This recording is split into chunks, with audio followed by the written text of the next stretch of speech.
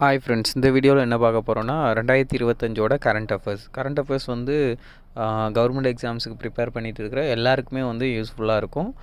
இப்போ இந்த 2025 ஒரு எக்ஸாம் நடக்குது, ஒரு கவர்மெண்ட் எக்ஸாம் குரூப் 4ஓ இல்லை குரூப் 2 அந்த மாதிரி எந்த எக்ஸாம் நடந்தாலும் சரி, என்னென்னா கரண்ட் அஃபேர்ஸ்லேருந்து கண்டிப்பாக வந்து கொஸ்டின்ஸ் வந்து மஸ்ட்டாக இருக்கும்.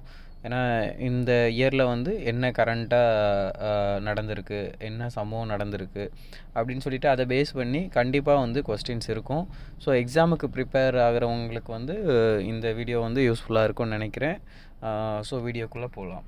ஃபஸ்ட்டு கொஸ்டின், இந்த 2025 தரவுகளின் அடிப்படையில் பார்த்தீங்கன்னா உலகத்தில் எந்த நாடு அதிக அளவில் ரப்பர் உற்பத்தி செய்கிறது அப்படின்னு பார்த்தா அது வந்து மலேசியா தான் வந்து உலகத்திலேயே அதிக அளவில் வந்து ரப்பர் உற்பத்தி செய்கிற நாடாக மலேசியா இருக்கிறது. சிஐஎஸ்எஃப் டைரக்டர் ஜெனரலாக நியமிக்கப்பட்ட முதல் பெண் அதிகாரி யார்? நினா சிங் தான் வந்து சிஐஎஸ்எஃப் டைரக்டர் ஜெனரலாக நியமிக்கப்பட்ட முதல் பெண் அதிகாரி. அடுத்தது, பிருத்வி விக்யான் திட்டத்தின் ஒட்டுமொத்த செலவு என்ன அப்படின்னு கேட்டிருக்காங்க. அது வந்து மொத்தம் 4797 கோடி. இதை மாற்றியும் கேட்கலாம், பிருத்வி திட்டத்தின் ஒட்டுமொத்த செலவு என்ன அப்படின்னு சொல்லிட்டும் கொஸ்டின் வரலாம். அப்படி வந்தாலும் 4797 கோடி. அடுத்தது, ஆயுதயா எந்த இரு நாடுகளால் நடத்தப்படும் கடல்சார் பயிற்சி அப்படின்னு கேட்டிருக்காங்க. இது வந்து என்னென்னா இந்தியா தாய்லாந்து இணைந்து நடத்தக்கூடிய கடல் பயிற்சி தான் ஆயுதயா. இதை வந்து மாற்றியும் கேட்கலாம், இந்தியா தாய்லாந்து இரு நாடுகளால் நடத்தப்படும் கடல்சார் பயிற்சி என்ன அப்படின்னும் கொஸ்டின் மாற்றியும் கேட்கலாம்.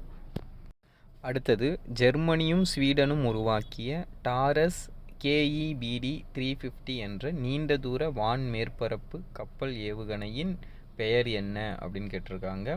அது வந்து பங்கர் பஸ்டர் தான் ஜெர்மனியும் ஸ்வீடனும் உருவாக்கிய டாரஸ் KEBD 350 என்ற நீண்ட தூர வான் மேற்பரப்பு கப்பல் ஏவுகணை. அடுத்தது, உலக வர்த்தக அமைப்பில் ஜெனீவாவில் இந்தியாவை பிரதிநிதித்துவப்படுத்த யார் தேர்வு செய்யப்பட்டுள்ளார் அப்படின்னு கேட்டிருக்காங்க. அதுக்கு வந்து செந்தில் பாண்டியன் தான் உலக வர்த்தக அமைப்பில் வந்து ஜெனீவாவில் இந்தியாவை பிரதிநிதித்துவப்படுத்த தேர்வு செய்யப்பட்ட நபர். இந்த கொஸ்டின்லாம் வந்து ஒரு சில கவர்மெண்ட் எக்ஸாம்லாம் மஸ்ட்டாக கேட்குறதுக்கு வாய்ப்பு இருக்குது. இந்த ரயில்வே, ஸோ இந்த மாதிரி எக்ஸாம்ஸ்லாம் வந்து போஸ்ட் ஆஃபீஸ், இந்த மாதிரி எக்ஸாம்லாம் வந்து இதை பற்றி கேட்குறதுக்கு வாய்ப்பு அதிகம் இருக்குது. அடுத்தது, எது தற்போதைய செய்தியான ஸ்கைடியூ என்பதை சுருக்கமாக கூறுகிறது அப்படின்னு கேட்டிருக்காங்க. இது வந்து உயரமான கண்காணிப்பு பலூன். ஸ்கைடியூ அப்படின்னா உயரமான கண்காணிப்பு பலூனை தான் வந்து ஸ்கைடியூ அப்படின்னு சொல்லியிருக்காங்க. இதை வந்து மாற்றியும் கேட்கலாம், உலக உயரமான கண்காணிப்பு பலூன் எது அப்படின்னு சொல்லி கேட்டாங்கன்னாலும் ஸ்கைடியூ தான். அடுத்தது, HD 63433D என்றால் என்ன அப்படின்னு கேட்டிருக்காங்க. பூமியை போன்ற புறக்கோள். இது வந்து எப்படின்னா சமீபத்தில் வந்து நியூஸ்லலாம் இந்த நம்பரை வச்சு ஒளிபரப்பான ஒரு செய்தி தான் இது.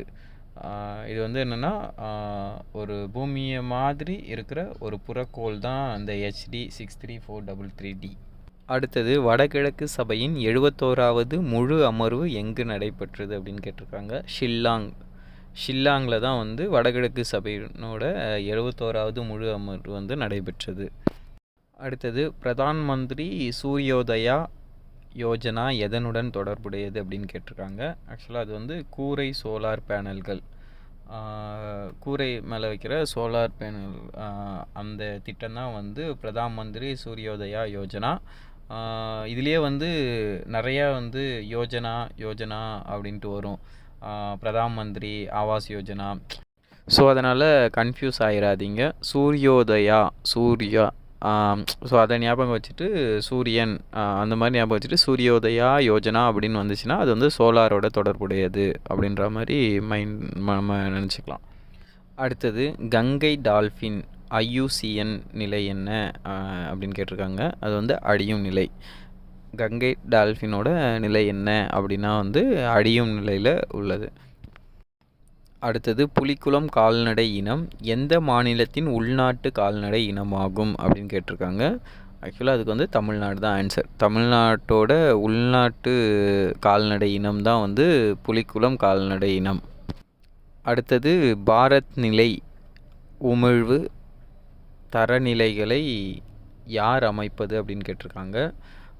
இது வந்து மத்திய மாசு கட்டுப்பாட்டு வாரியம்தான் பாரத் நிலை உமிழ்வு தரநிலைகளை அமைக்கிறது. பாரத் நிலைனா அந்த BS6 அந்த மாதிரி அந்த பைக்கோட வேரியண்ட்லாம் சொல்கிறாங்களா, பைக்கு காரோட வேரியண்ட்லாம், அதுதான் BS பாரத் நிலை.